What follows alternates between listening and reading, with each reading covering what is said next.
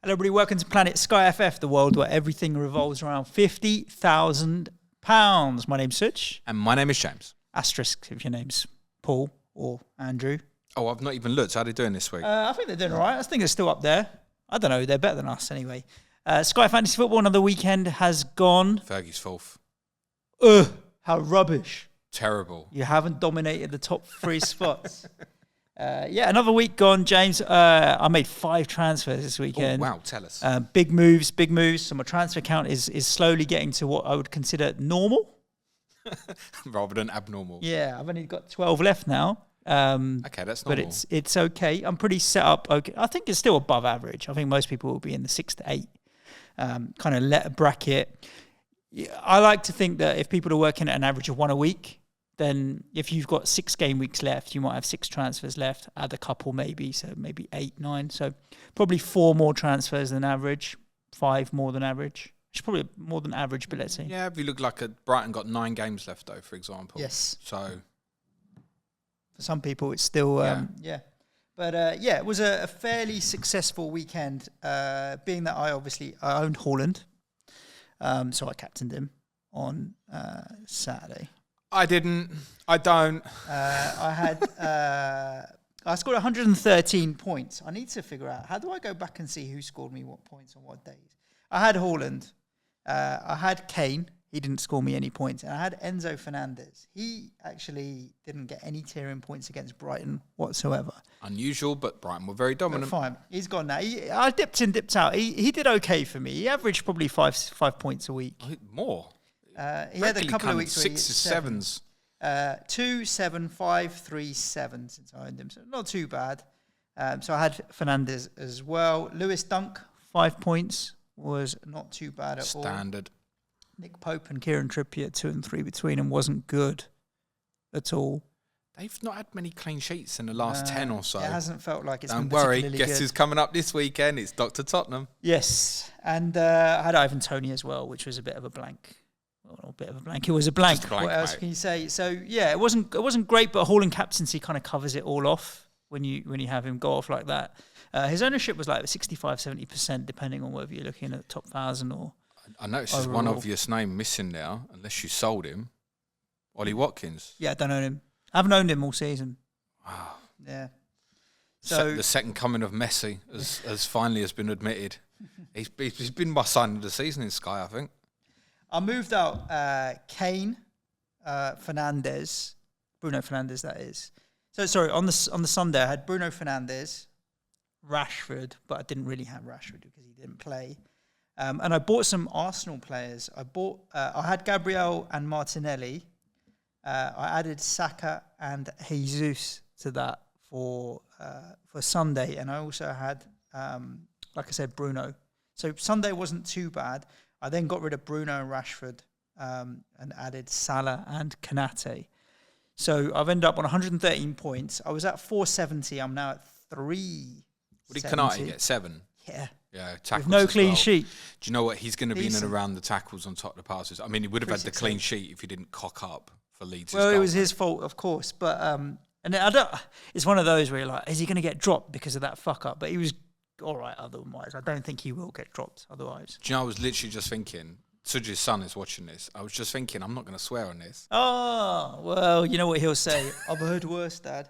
I bought Rodrigo, by the way, from Leeds as well on Monday night because I fancied their next 3 after this as well, and Liverpool was a fair entry point. And I was like, you know what? I've got the transfers. Let me do it. I'm not only added Rodrigo, I'm going to add a Bournemouth player this weekend. I'm going to do a couple of slightly different. Where are you ranked now? 368. That's good, man. 368. 12 transfers to go. This weekend, I'm set up with 10 players as well. The only blank I have is Lewis Dunk. But I've got 4 Arsenal at home to Southampton. Yep. I've got 2 Liverpool. And then I've got Tony, Rodrigo, and double Newcastle. Okay. So I think it's not too bad this weekend. I feel like I should be able to make some gains this week because a lot of people will have more City or United or Chelsea that they won't want to necessarily get rid of or haven't worked But I mean, to get rid of. if you take Rashford, for example, I know he got the injury, so that's impacted things as well, but down to 7% in the top 1,000. So most did bin. Yeah. A few have come off Kane, who obviously does play on Sunday. A number will have come off Haaland and will go back when City play Arsenal next Wednesday. So I think people are coming back for it. But yeah, this is a real week where you can make moves and gains without any doubt. This weekend, I'm planning on making 2 or 3 transfers as well. But I need to decide what. I mean, you said Bournemouth. Go on, just elaborate on that. West Ham, Southampton, Leeds. Dive in. And then come off to Leicester asset maybe for the Monday night game. But I just feel like those 3 fixtures. But maybe just go to Leicester player?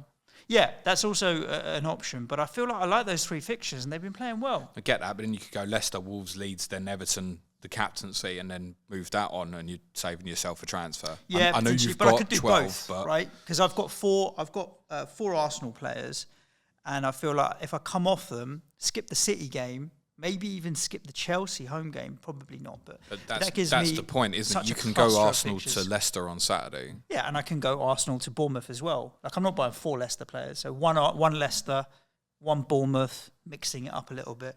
And I feel like if I end up with say Solanke, Maddison, Rodrigo, Leicester, Leeds, Bournemouth, those are 3. Okay, question then: who are you captain next Tuesday as it stands? Next Tuesday. So this was one we've spoken about for a long time. Villa, Fulham, Leeds, Leicester, Wolves, Palace. Now, around about 60% of the top 1,000 are on Ollie Watkins, and I suspect there'll be more because people go from Arsenal to Watkins on Saturday. Watkins is also one that I think I could move. But then if you look at it and you go, oh, I've missed too much, and I don't want him after the Fulham game, then your Leicester players coverage for captaincy Tuesday as well against Leeds. I mean, they look really good defensively at the moment. Yep. I think I'll probably hold Martinelli and Jesus, and I'll be binning Saka and Gabriel from Arsenal. So I could just, But I feel like the top 100 is about 60, 65 points off now, James, which is doable between now and the end of the season. But I think that's going to be hard work. What's going to be rough about the rest of this season for a lot of people is you feel like you'll make a move and a lot of other people make the same moves. Look at Mo Salah's ownership and what it went up to Monday night, 97% or so of the top 1,000. He'll be heavily captained again, obviously, on Saturday against Nottingham Forest. So if you're looking to make the gains, I always say pick your battles, right? I feel like taking on a Watkins next Tuesday with a Maddison, I'm not necessarily advising that, by the way, is a better take on than go, I'm going to take on Salah Saturday against Forest. Yeah. I take it. A lot of people be coming off the Arsenal assets on the Friday, even more so now that obviously that Chelsea fixture's moved from Saturday the 29th to Tuesday the 2nd. But I think with that in mind, you probably want to leave something Arsenal subject to the amount of transfers you've got left. So I've got 4 at the moment. I've got Martinelli, Odegaard, Saka and Zinchenko. I held Zinchenko because the word leading up to kickoff Sunday was that there was a chance he was going to miss out, but it wasn't serious. He was moping around the technical area and stuff in his tracksuit and trainers. The word is he'll probably play Friday night. I got Martinelli in for Kane, and part of the thinking with that was just to open up a little bit more money so that rather than sitting there and holding Saka, it'll be Martinelli's the one that will hold. The other 3 could go. Yep. I decided not to make the Alisson move Monday night because my take was I could have Raya's free versus Alisson's free from the point that when after Brentford play Nottingham Forest, and then I've got a range of choices beyond just Alisson from there on, which Alisson was the only Liverpool player not to return on Monday night. If you'd had the blanket of Liverpool, like you've done really well out of it. And imagine if Konate didn't cock up for the goal, right? Then you'd have had clean sheet points for that as well. And Van Dijk and Trent's passing numbers, we'll talk about it in a sec, up massively. So Trent, obviously, because he's playing midfield. So that's going to... Yeah, but not all opposition is going to be as passive as Leeds were, and Leeds have become very passive, kind of very polar opposite to what they were previously under Bielsa and Jesse Marsh. But yeah, I think a lot of people primarily will be looking to come off Arsenal assets after Friday night. The obvious one is Liverpool Saturday. It's a case of, I think for many, what can you afford? I've got 9 this weekend, Suj, without any transfers. So I've got 2 Brighton, I've got Duncan March. March has to stay as part of facilitating a bigger plan and has been for a while. Dunk is going to stay for me as well at this stage. We've got Forest Wednesday. And even them, you could look and say, do you want to add to them? next Wednesday with the way they're playing and stuff. There's loads of you can come off Arsenal. And obviously there's 3-for-1s with the majority of teams. Anyone essentially has got a fixture this weekend in the Premier League other than Southampton. You've basically got at least 3-for-1s. More with effective captaincy. In the Arsenal game, you miss Man City away. And I don't think you're coming back as hard for Arsenal because it's Chelsea, Newcastle, Brighton afterwards. Zinchenko's might stay, might not, is my take on it at the moment. Odegaard and Saka, I think, will go. Konate's a definite one that I want. And I am going to probably get Maddison on Saturday. I think it's the right call. With the Wolves game's massive. Watching Leeds going Tuesday night, that's great as well. And have it in place ready for Monday the 1st. And he's kind of at similar value to Saka. So I just moved that sideways. And if I decide I want to reverse it afterwards, I will. But it's probably more likely that I chain that on from Maddison after Everton into something Manchester City. I think when City play West Ham on Wednesday the 3rd. Points and rank? Points this week, 92. Which sounds awful next to yours, but I made 4 transfers left, so I should probably settle for that. 4 transfers less. 1847. Okay. 9 transfers left, with a number of different plans in mind. I think getting Konate and Maddison is going to be the main 2 for me. It might be that it's possibly not going to work out for me with Trent. I've got Darwin Núñez, who I took a punt on getting when they played Arsenal, and then obviously wasn't in the team. Like, oh my God. All right, I'll be back in for Leeds. Do you know what? It wasn't till this morning when I looked at it and I realised he'd scored. Like I saw him score. I watched the game. Yeah. But my brain process was completely, oh shit, he didn't start again. So I'm conscious that I may want to come off that. So next Wednesday I'm looking at Watkins to Haaland. But if Darwin Núñez hasn't got back in the Liverpool team for Forest at home or West Ham away, it might just be a cut off Núñez. But I'd realised there's still so many gains on the Liverpool that I might just stick with it. Tottenham at home, Fulham at home, Brentford at home, the 3 games afterwards. Might even be that it's better off, even if he's not back in the team, just leaving that actually, possibly. But I don't think I'm going to be able to get the Trent. And I feel a wave coming for him after that data from Monday night. I mean, the passing numbers was ridiculous. Well, we'll get into some of the games and the stats as well in a second. 2 questions for you, James. Go. Both relate to entry points. Okay. For 2 teams that I want to go for, and I want to stack up in between, let's say, 2 weeks from now till the end of the season. Yep. One is Brighton, because of the volume of fixtures and obviously good assets at good prices. Yep. I only have Lewis Dunk right now. And the other is Man City. And I'm talking about City from a point of view of maybe avoiding the Arsenal fixture onwards. Because a lot of I just don't see. I want to keep my Liverpool players for that West Ham game when City play Arsenal, and then Liverpool play again on the same day, Tottenham at home when they play Fulham. Brighton is a similar problem in that the Wednesday entry point against Nottingham Forest might be the one. But who am I selling? And the teams that I own, that Arsenal, for example, I might have come off some. If I'm going to a Bournemouth or a Leicester player, I want to keep them beyond that Brighton entry point. So Brighton is a difficult entry point because of teams playing on the same day as the Forest game, and then Wolves being the first game of the game week. And Man City, Fulham is an awkward entry point because of a lot of teams playing at that same time as well. So do you think for both of them there's an interesting solution around getting into them, or just bite the bullet and not get a fixture game? The fixture game will come after, if you know what I mean. It's dependent on what you're selling, right? So let's start with Brighton first, because I think, as we'd mentioned last week, Saturday 29th is quite important now, where Brighton at home to Wolves, competitive maybe with Brentford against Nottingham Forest, but you probably want to captain a Brighton player. That looks like a dunk 10-pointer, doesn't it, home to Wolves? So what do you do Saturday 29th currently if you've not added anything? Saturday 29th, I'd captain Dunk. So you've already got... Yeah, I own Lewis Dunk. You've got Lewis, right, so that's fine. I've kind of held him for that as a safety net. It's not as much of a priority. I mean, in terms of entry points, really, it's Wednesday the 26th. Now, for those who've still got perhaps sitting there with Haaland and Watkins at the moment, Watkins to a Brighton player, next Wednesday, when Brighton play Nottingham Forest, seems to make a lot of sense. You've got 2 Brighton games before Villa play again. Villa go to Manchester United, and you know, obviously, there's sweeping games for Brighton are still going to come during the course of the season. So I think next Wednesday is an obvious entry point. Failing that, subject to what you're selling, the Thursday night against Manchester United, or obviously the following Monday when they play Everton on Monday the 8th. So that still keeps coming. Ideally, you don't want to buy it on the 29th for the Wolves captaincy. You want to go on the Wednesday night.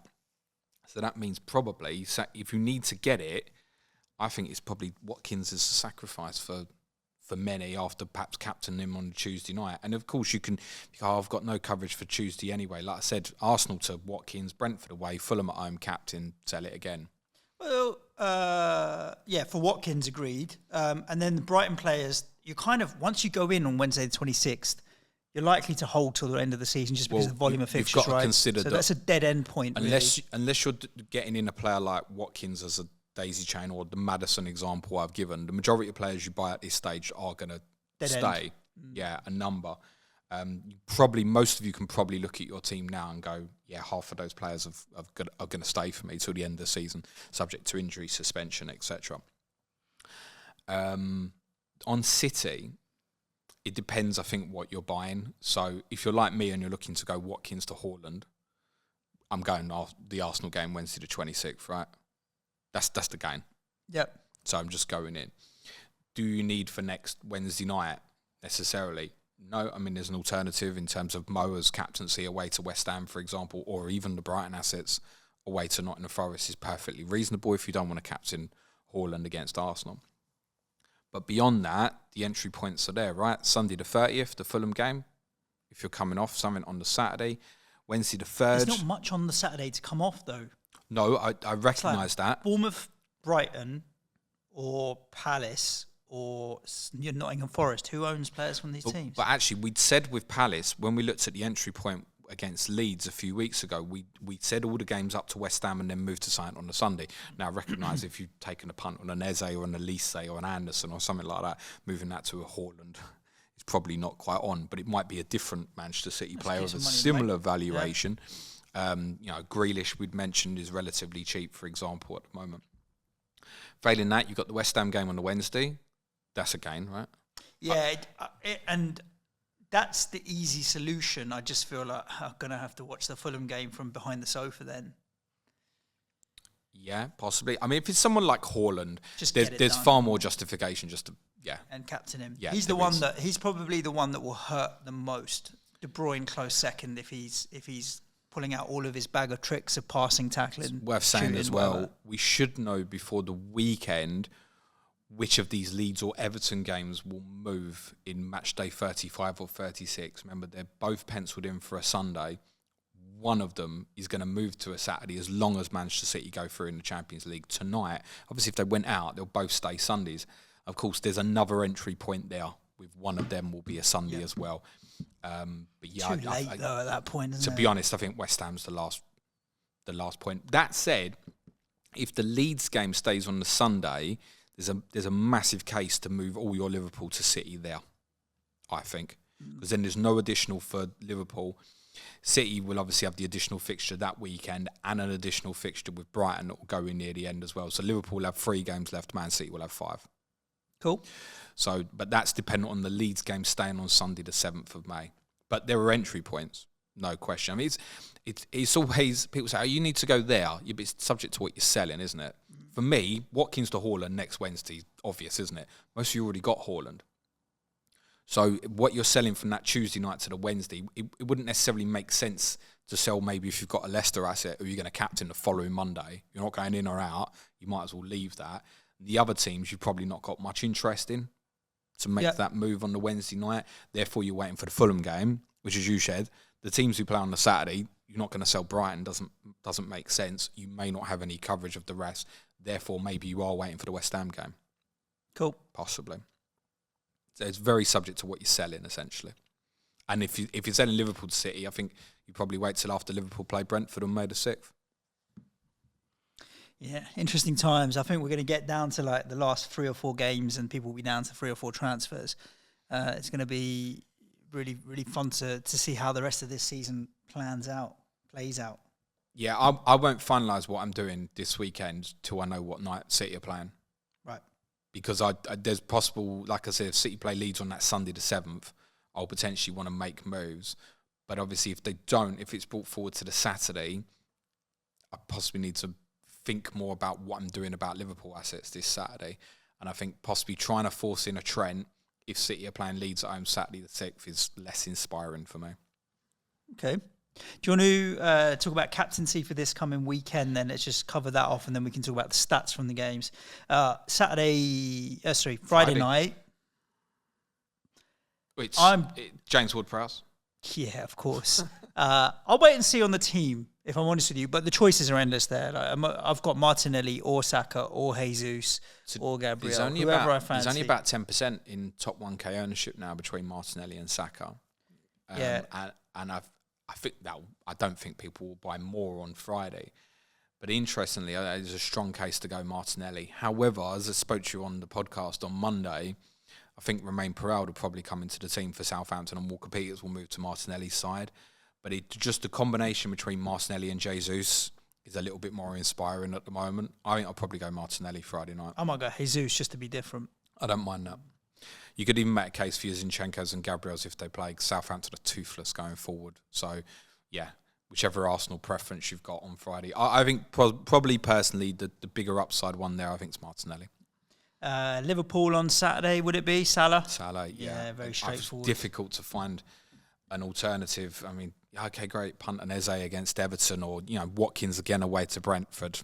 I mean, even if it's not Salah, it's probably still a Liverpool player.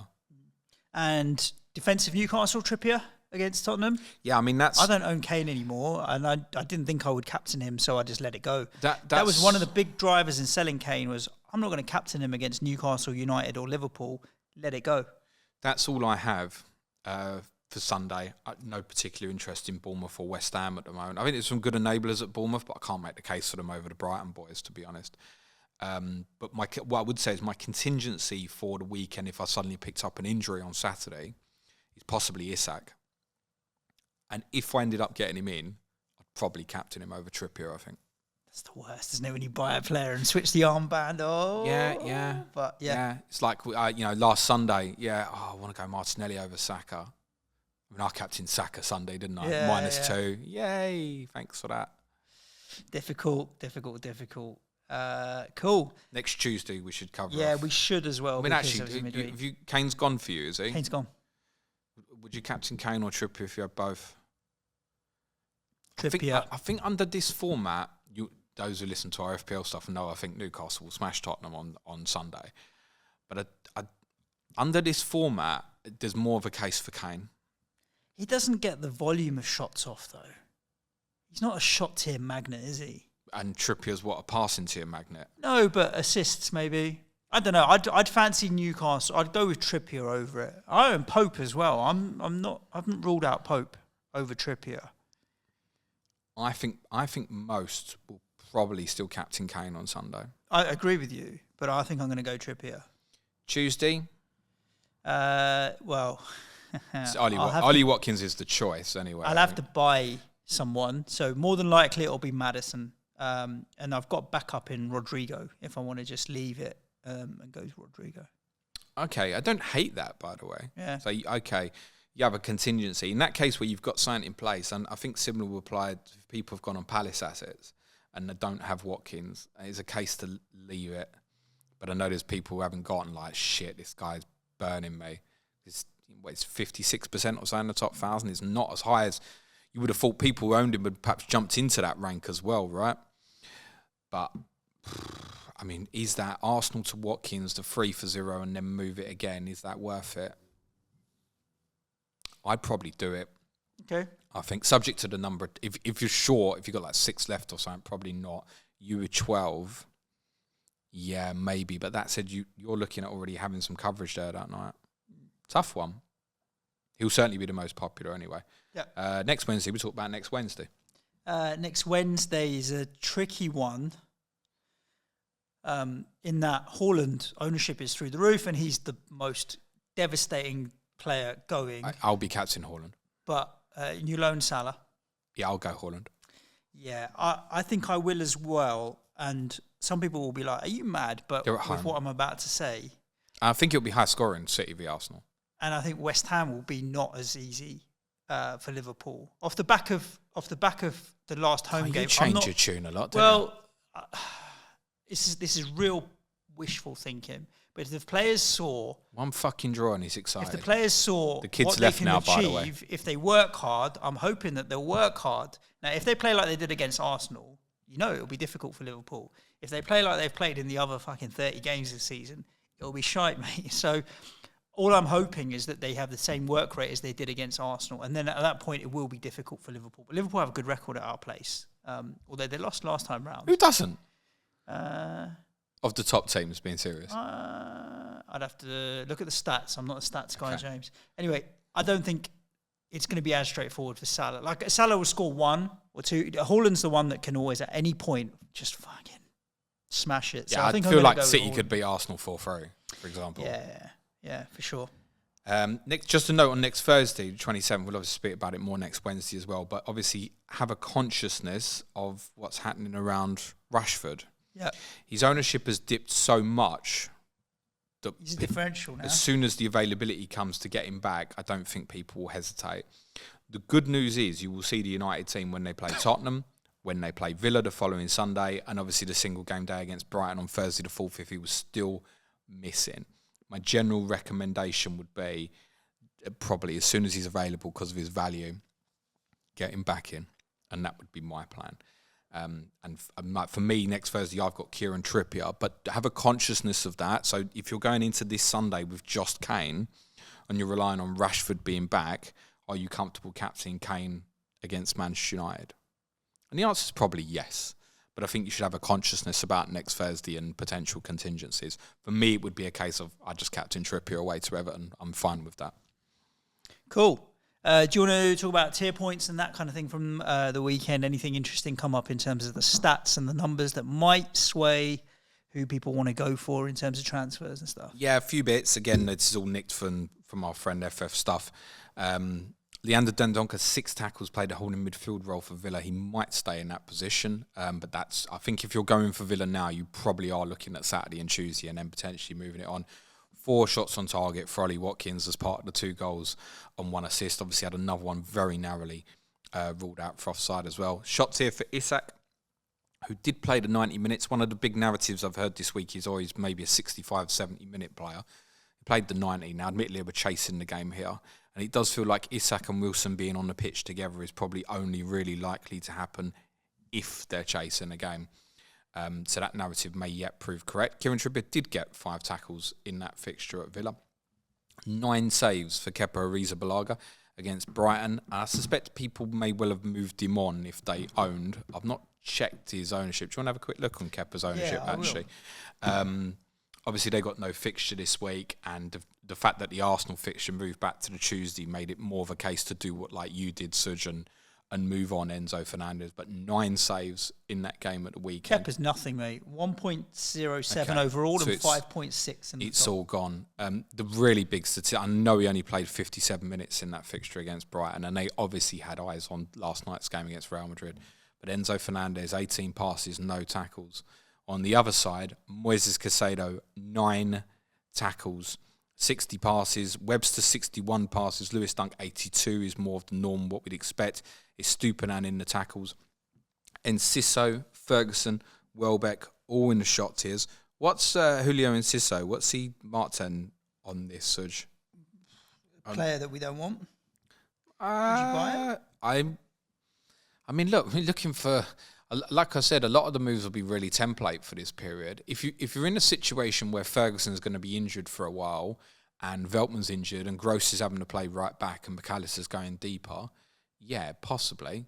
He's down as a midfielder, James. Price? 7.2. It's 0.3. Same as Mitoma and March. 0.3 more than March. Yeah. So, okay, tough to make a case. On McAllister, yeah, as kind of mentioned there, he may end up playing a deeper role, subject to the availability of Veltman and I think particularly Ferguson. So when Veltman went off, Gross went to right back, McAllister went and played alongside Caicedo. That doesn't necessarily make him worse for Sky because it essentially puts him back in a position where he can hit the passing tiers. 48 passes in that game at the weekend, and obviously consider that for the first half hour he played in a position higher up the pitch. 6 saves for Bernd Leno at Everton at the weekend. He's obviously got extra fixture coming up, and I don't think it's the worst one if you've got a keeper problem and wanted to consider Fulham. Harry Wilson had 2 shots on target. Cheeky one maybe if people again want to look for something just for Saturday and Tuesday and to move on, but I couldn't make the case for that over a Villa player, I don't think. There were 4 saves for Jordan Pickford. Eze, shots and tackles here in the victory at Southampton. Bednarek and Bella Kotchop were in passes. They won't be at the Emirates on Friday night. Wolves beat Brentford. Cunha, Costa and Lamina all with shots here. Gomez and Nunes both with tackles. Ruben Neves will obviously be back for the fixture at the weekend, and they've done very well without him, actually. Another 7 saves for David Raya. You know, we get asked sometimes, I want an extra tiering. You know, a point for 100 passes or something. Yeah. I want the David Raya saved here. It's like, he's never free. It's like 5 or 7 or the 11 at Brighton. So pleased to obviously have him get 4 points in a 2-0 defeat. That's kind of the difference with him and Alisson, really. Although Alisson is capable of the hauls as well. Tottenham Brighton, 6 saves for Neto. Tavernier tackles was the only Bournemouth tiering. Danjuma as a sub. Kane, Heung-min Son, all in shots. Højbjerg, Romero, Dyer in passing. Porro in tackles, although it should get discounted points for losing the ball so much. I do think there's a possibility Tottenham might play a back 4 on Sunday, which I spoke about on our FPL podcast on Monday. No tiering from Leicester City at Manchester City. We shouldn't be surprised about that. They played a 5-4-1. I don't think that tells us anything for what's to come in these upcoming 3 fixtures. Iheanacho, if you knew he was going to play. Anyway, moving on, James. Shots here for Haaland, Kyle Walker and Bernardo Silva, both in tier 1 passes. Ruben Diaz, 96. A Merrick Laporte, 105. I suspect, again, we'll have a bigger chat about Aki and Akanji next week, who did not start. Gabriel and Holding, tier 1 passing for Arsenal at West Ham. Gabriel also in the tackles. For West Ham, Soufal and Rice in tackles. For Manchester United, surprisingly, despite their domination, Victor Lindelof is a price I'd like to check, actually. Such 63 passes, was the only one to hit passing, a number just off. Maguire, 57, Wan-Bissaka, 59, Ericsson, 56, Bruno Fernandes, 56, even Anthony, 50. They were all just under it. Bruno Fernandes shots here as well. What's Victor Lindelof's price? 7.5. I tell you what, Martinez out for the season. Varane, we're still not sure how long he's going to be unavailable for. Luke Shaw obviously can cover in at left centre back. I would imagine that Lindelof would have preference over Maguire. Lindelof can play right or left or right-sided centre back. He played left of Maguire at the weekend, and obviously if he was going to play with Shaw, he could play right-sided, not a problem at all. That's a cheeky one maybe to keep an eye on from next Thursday or Sunday, but it doesn't feel right buying a Manchester United defender when their 3 fixtures afterwards will be Tottenham, Villa and Brighton. I accept that, but it might be one that's a facilitator, perhaps to maybe keep an eye on. And finally, nothing for Leeds in terms of shots, passing or tackles in that defeat to Liverpool on Monday night, but we spoke about it. Big numbers for Liverpool. 137 passes, Virgil van Dijk. 124, Trent Alexander-Arnold. 90 for Konate. 75 for Robertson. 81 for Fabinho. Konate also in tackles, as was Curtis Jones, who also got an assist. Jordan Henderson got an assist. Jota with 2 goals. Salah 2 goals. Gakpo a goal and assist. Darwin Núñez even provided from the bench. That meant Liverpool did have 11 outfield players who provided a return in Sky on Monday night. That's not bad going at all. But Leeds were woeful. On Trent, my advice would probably be, if you can get there on Saturday and it works, factoring in transfers later on, do it. I'd need to have a look at it. If he's going to play in there, he's potentially going to be in the passes. It makes him more interesting from a tackle perspective as well, I think.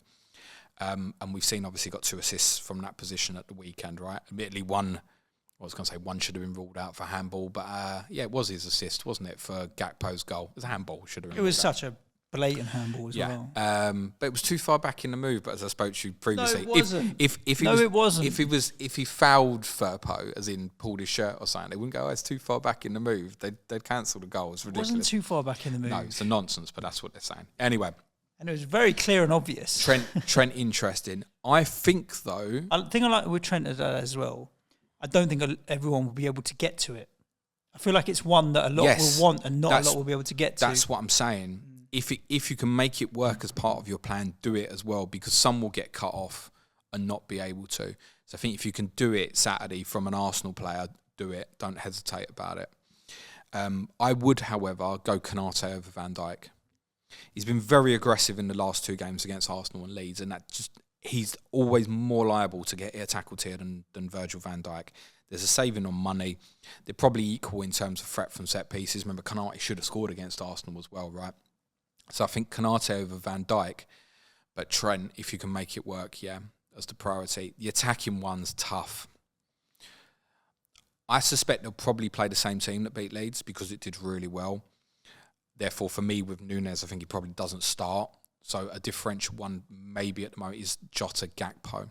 I think Gakpo over Jota is more secured on starts going forward for the rest of the season. It feels like it's Jota versus Núñez left, Gakpo versus Firmino central, Salah right nearly always, and obviously we've got Luis Diaz to fit back into this as well. But once we fit Luis Diaz back in, I think we're fitting him in left or right rather than central. Yeah. So Gakpo, I don't think any of them will start every game, for example, but I think we could assume at this stage that Gakpo will continue to get favouritism over Firmino, and I think that makes him really interesting.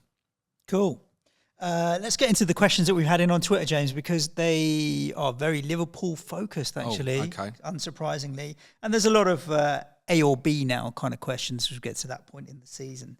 Luke Curtis, do you think having an even spread of players from a few teams is best, or steam into City for 4 or 5 assets for the run-in, and maybe add 2 Villa and or Grealish and Diaz, for example? I mean, just take it as a higher level, steaming into a few teams and riding it out, or a spread. I think it depends on where you are as well in terms of chasing rank or being a bit more protective. I'm going to lean more towards maybe 3 City, 3 Brighton, and then a little bit of a spread. Okay.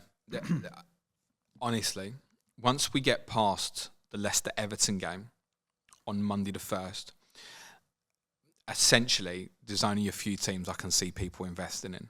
Those are possibly back to Arsenal, the 2 Manchester clubs, Liverpool, Brighton. I think the only thing that really changes that is if we get a game, on Monday the 22nd of May, that 37 match week that's, Tottenham-Brentford on a Monday night and people haven't gone Kane and I've got to get Kane back in for that one, for example. You could just go Tony, by the way, or just keep David Raya. And that's probably what I would do in that circumstance. But you know what I mean? A fixture might suddenly come up that Sky put on the Friday night or the Monday night and that final weekend, and it's like, why have they done that? I need to go and buy something from that. But if that doesn't happen, and there's enough teams there I've mentioned, the 2 Manchester clubs, Liverpool, Brighton, Arsenal, those 5 essentially, the chances of having a single game day with none of them involved on, say, Monday the 22nd, I don't know if the fixtures are good enough for something to go in. It may be like a West Ham v Leeds, if they deem it's going to be, I don't know if the police would be happy on that being on a Monday night at the end of the season. Wolves versus Everton. Wolves versus Everton would just feel like a skip though, wouldn't it? Maybe get Pickford for a little period for Everton if it works for you, for example, but their fixtures aren't great. So I think we're going to be concentrated towards 5 teams. So the idea of like investing in Palace, for example, like I feel that's gone unless you're going in Arsenal to Palace on Saturday, going for the West Ham, the 3 games, and then moving that on to your Grealish or something like that next Sunday, for example. So I think that's primarily, we're all going to end up with teams that's got concentration from those 5 teams at the end, basically. Okay. So we've got the additional fixtures to come. Chelsea have obviously got an additional fixture to be rearranged as well. But I don't see the interest at the moment. They've got an extra fixture away to Man United. I'm going to go and buy Havertz or Chilwell. I don't think... Enzo Fernandez, fine, consistent. Maybe you could hold on to him. I guess the other one to mention is Newcastle, because obviously they've got that extra fixture against Brighton. A note on them would be entry points all over the next 3. So Tottenham's a Sunday, Everton's a Thursday, Southampton's a Sunday. The following week, Arsenal's a Sunday. Leeds is the 12:30 the following week. And then it's subject to obviously where the Leicester fixture falls. I feel like that's a more likely to be an MNF than some of the other ones I mentioned. I actually have a sneaky that the Monday night game in match day 37 will be Forest against Arsenal. Okay. So don't think it'll overly cause concerns for people. Right. I'm going to whack off a load of questions by kind of summarising them, James. Let's just do it in the style of benching dilemmas. Okay. And this is between now and the end of the season. Yeah. Well, A versus B, basically. VVD versus Trent. Trent, if you can do it. Can score more points. Okay. VVD versus Kanate. Kanate. And Trent versus Kanate. Trent. So Trent, then if Kanate, it's affordable, then yep, VVD. That's what I said, and yeah. Kanate, VVD, price irrelevant. Because Kanate is cheaper. But if price was equal, you'd still go Kanate over VVD? Not necessarily. I mean, you can be absolutely assured of Van Dijk starts. I think he says, bearing in mind, Kanate played at Chelsea and Van Dijk got rested. But there was a murmur that Van Dijk was ill. Van Dijk will always play. I see no reason at the moment why Kanate, despite the mistake on Monday night, won't continue to play. They've been better with him in the team. And like I said, he's the aggressive one. So he's likely to pick up the tackles on top. It's a marginal difference, but it's a marginal difference that with the saving of money, I think you go Kanate over Van Dijk. So Trent, Kanate, VVD. Yeah. Where in that does Ruben Diaz slide in? It's subject to timing, which isn't now. Yeah. So it's holding something back later. And to be honest, the honest answer to that would maybe be after Liverpool play Brentford, actually, and go if you're Van Dijk to Diaz at kind of similar price, sort of thing. Who do you think scores more, Diaz or VVD, or Diaz or Kanate? What's left? Diaz. Yeah, and more than Trent. I think Trent's borderline, but the other two, I think Diaz would outscore. Despite City's ability to shoot themselves in the foot and concede ridiculous goals, I suspect that won't happen as much in the running. Okay.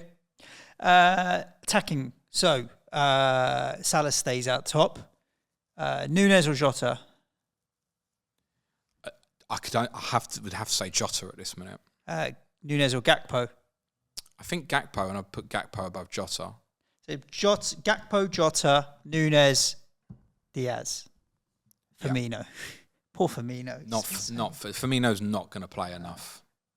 It seems a shame. He's had an alright season. He's at the swan song of his season as well. You have to think as well. I know Liverpool obviously want to finish this season well, but it almost feels as much about getting ready for next season. And Roberto Firmino's not going to be there. Yep, agreed.